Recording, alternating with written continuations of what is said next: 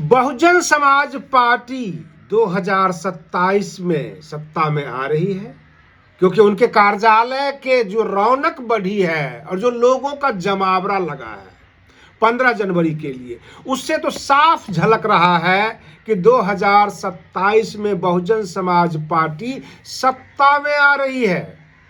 मैं आरडी भारती और आप देख रहे हैं बिहारी सुल्तान। उत्तर प्रदेश में ज्यों-ज्यों चुनाव नजदीक आ रहा है, कुछ मसालेदार खबरें निकल कर आ जाती है। राजनीतिक दलों को कुछ टॉपिक मिल जाता है, कभी भाजपा को ध्रुवीकरण का टॉपिक मिल जाएगा तो कभी विपक्ष को। मैं साफ बोलता हूं, पत्रकार हूं, पक्षकार नहीं। और सबसे बड़ी आश्चर्य की बातें यह, क्या सांसद के गिरेबान पर हाथ डाला जा सकता है? जैसे कहा जाता है ना कि पुलिस की वर्दी में हाथ नहीं लगा सकते, क्या सांसद के गिरेबान पर हाथ डाला जा सकता है? आज वो जो शब्द वो याद आ गया, वाकया जब सीके अनिल जो सिवान के डीएम थे और शहाबुद्दीन को गिरफ्तार किया था। सीके अनिल को पार्लियामेंट में आकर माफी मांगनी पड़ी थी, क्योंकि जो सांसद होते हैं उन्हें लॉ मेकर भी कहा जाता है और कहा जाता है नियमानुसार, चाहे वो किसी भी जाति से हो, किसी भी राजनीतिक दल से हो, किसी भी पार्टी से हो, चाहे वो आपके सिद्धांत से मेल खाता हो अथवा नहीं खाता हो। आम जनता ने चुना है, वो जनप्रतिनिधि है, तो सांसद हुए, आप उनको चोर उचक्कों की तरह खदेड़ नहीं सकते और इस तरह का ट्रीटमेंट नहीं कर सकते। लेकिन आज दिल्ली के बॉर्डर यानी गाजीपुर में चंद्रशेखर आजाद के साथ ऐसा देखा गया, ऐसी वीडियो निकल कर आई सामने। चंद्रशेखर आजाद को पुलिस वाले धक्का मुक्की कर रहे थे। वो बोल रहे थे कि आप हमें धक्का मारोगे, आप मुझे मारोगे। चारों तरफ से घेर लिया। फिर जो उनके सीनियर अफसर थे वो पुलिस को यह दिशा निर्देश देता है कि सब अपना अपना बाजू पकड़ लो और घेरा बना लो, ताकि इनके देह में हम ना टच करें और इनको जाने भी ना दें। और इसी बीच में चंद्रशेखर आजाद ने क्या किया कि अचानक बैठ करके उनके नीचे से निकल गए और निकल के भागे, रेलिंग के ऊपर दौड़ने लग गए। मीडिया भी दौड़ लगा रही थी, पुलिस वाले भी दौड़ लगा रहे थे, क्योंकि दूसरी तरफ खाई थी, बीच में रेलिंग था, जैसे कि पुल के जो रेलिंग होता है उसके ऊपर वो दौड़ने लग गए और नीचे नीचे पुलिस दौड़ लगा रही थी। पुलिस की एक कोशिश थी कि मेरठ के अंदर जो सरधना में कांड हुआ है, जो घटनाएं हुई है, वहां चंद्रशेखर आजाद ना जाए। मेरठ का सरधना का जो मामला है, गांव के अंदर ही मीडिया वाले एक बार पीड़ित के पड़ोसी से पूछते हैं और दूसरी बार वो आरोपी के पड़ोसी से भी पूछते हैं। हत्याएं हुई है, लड़की अपहृत हो गई है, अपहरण किया गया है, लेकिन बहुत सारे रिपोर्ट्स ये निकल कर आते हैं कि 4-5 साल से लड़का लड़की का आपस का संबंध था, कई बार पंचायत भी हुआ, लेकिन हत्या हो जाएगी, लोग जो है मारे जाएंगे, इसके बारे में किसी ने सोचा नहीं था। अपराधी की धरपकड़ चल रही है लेकिन कोई मिला नहीं है। यूपी सरकार भले ही अपना पीठ थपथपाए, लेकिन अपराधियों को खोजने में नाकाम ही रहती है। ये केवल मीडिया का प्रोपगंडा है कि हम अपराधी के ऊपर लगाम लगा दिए हैं, ऐसा होता नहीं है।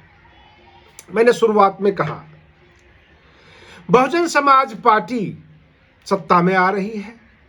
बसपा ने पुरजोर इसका विरोध किया है। बसपा ये चाहती है कि अपराधी जल्द से जल्द सलाखों के पीछे जाए, पीड़ित परिवार को इंसाफ मिले।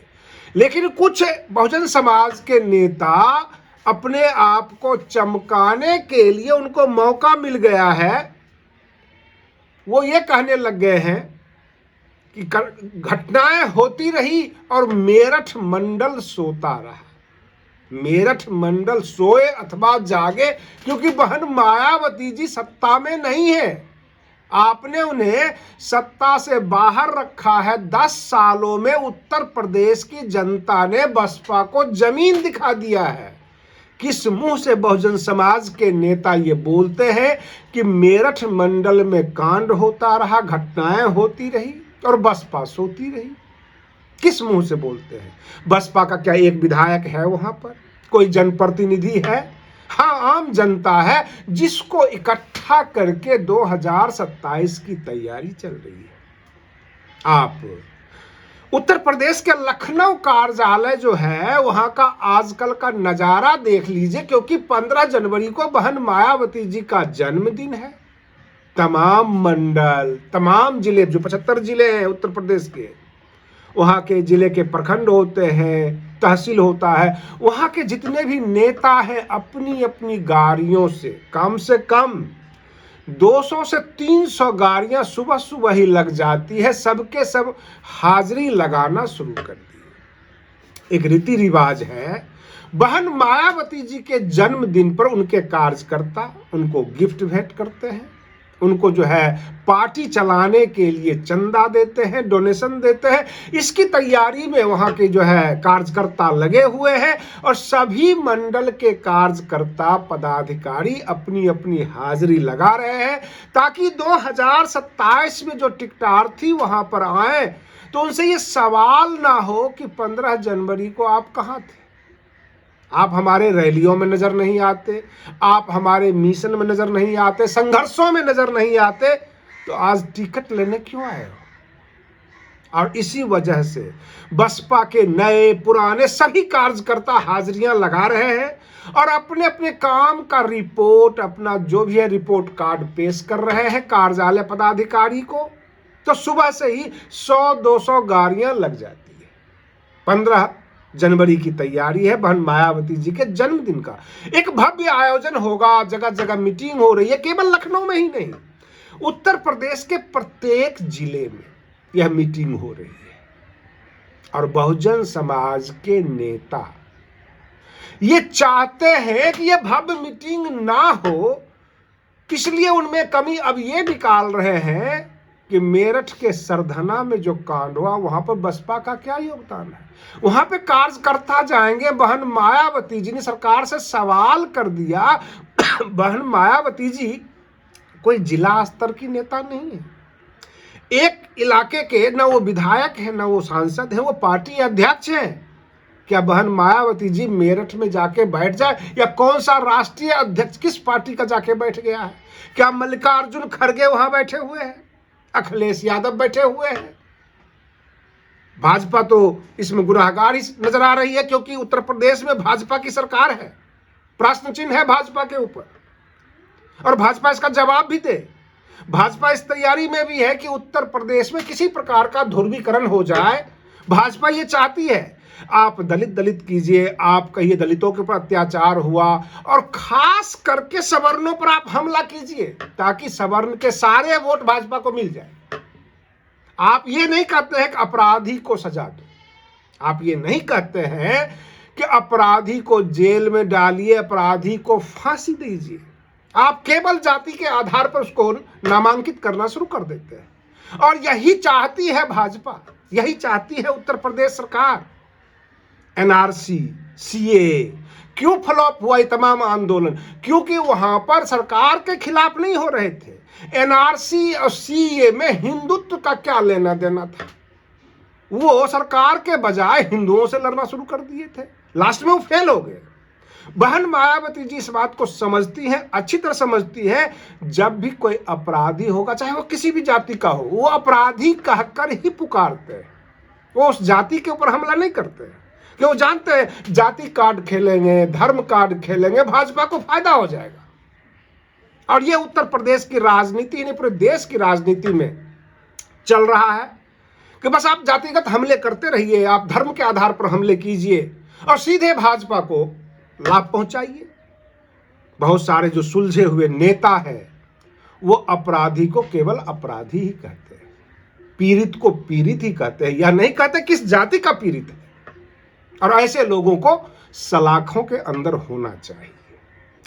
बहन मायावती जी की जो रैली होने वाली है, जो जनसभा होगी उनके जन्मदिन पर, उसकी तैयारी में बसपा के कार्यकर्ता लगे हुए हैं। समाजवादी पार्टी को और भाजपा को इस बात की भी चिंता है, कांग्रेस को भी इस बात की चिंता है कि ये बर्थडे के बहाने, जन्मदिन के बहाने फिर से बसपा अपने सभी कार्यकर्ताओं, नए पुराने नेताओं को जोड़ लेगी, फिर से हुंकार भरेगी। बहन मायावती जी न भाजपा को मौका देना चाहती हैं, न विपक्ष को मौका देना चाहती हैं, क्योंकि केंद्र स्तर का जो है, केंद्र सरकार के जो सवाल हैं, जो उनकी कमियां हैं, उनके ऊपर भी बहन जी का नजर है। उत्तर प्रदेश सरकार में अगर आप कहते हैं अपराधी भाग गए, तो रोज घटनाएं हो रही है, इसका जवाब चाहिए। इसके ऊपर बहन जी का पोस्ट आ गया है। योगी सरकार से क्या उत्तर प्रदेश की जनता खुश है? और अगर योगी सरकार हट जाए तो विकल्प कौन? बहन मायावती जी या अखिलेश? मैं अपने दर्शकों के ऊपर छोड़ रहा हूं और बिल्कुल निष्पक्ष दिमाग से हमें बताइए कि 2027 में अखिलेश आकर ठीक कर देंगे अथवा बहन मायावती जी? क्योंकि हालात बद से बदतर हो गई है। गोदी मीडिया भले ही योगी आदित्यनाथ जी को नंबर पे नंबर देते रहे, ना उनके पास रोजगार देने की क्षमता है, बस वैकेंसी निकाल रहे हैं इसलिए कि अभी वो सिपाही का, सब इंस्पेक्टर का वैकेंसी निकाल देंगे और यह वैकेंसी को खींच खींच के ले जाएंगे दिसंबर तक, 2026 के दिसंबर तक, और जनवरी में नोटिफिकेशन हो जाना है। लोग रोजगार के लालच में कि योगी आदित्यनाथ जी ने इतनी वैकेंसी दी है तो उनको वोट देना चाहिए, और यही बोलेंगे वो। उधर पल्लवी पटेल कुर्मी समाज को एकत्रित कर रही है, ध्रुवीकरण करना चाहती है। ओम प्रकाश राजभर कहते हैं हम पूर्वांचल में मजबूत हैं। संजय निषाद कहते हैं भाई इस पूरा निषाद समाज तो हमें ही वोट करेगा। अनुप्रिया पटेल कहते हैं सोनेलाल पटेल की असली वारिस तो मैं हूं, तो इसलिए वोट मुझे मिलेगा। लेकिन पूरा बहुजन समाज आशा भरी निगाहों से बहन मायावती जी को देख रही है। 10 साल उनको सत्ता से बाहर रहना पड़ा है। बहन जी उन तमाम कमजोरियों को भी समझती हैं। उत्तर प्रदेश की शासन प्रशासन को वो चला रखी हैं।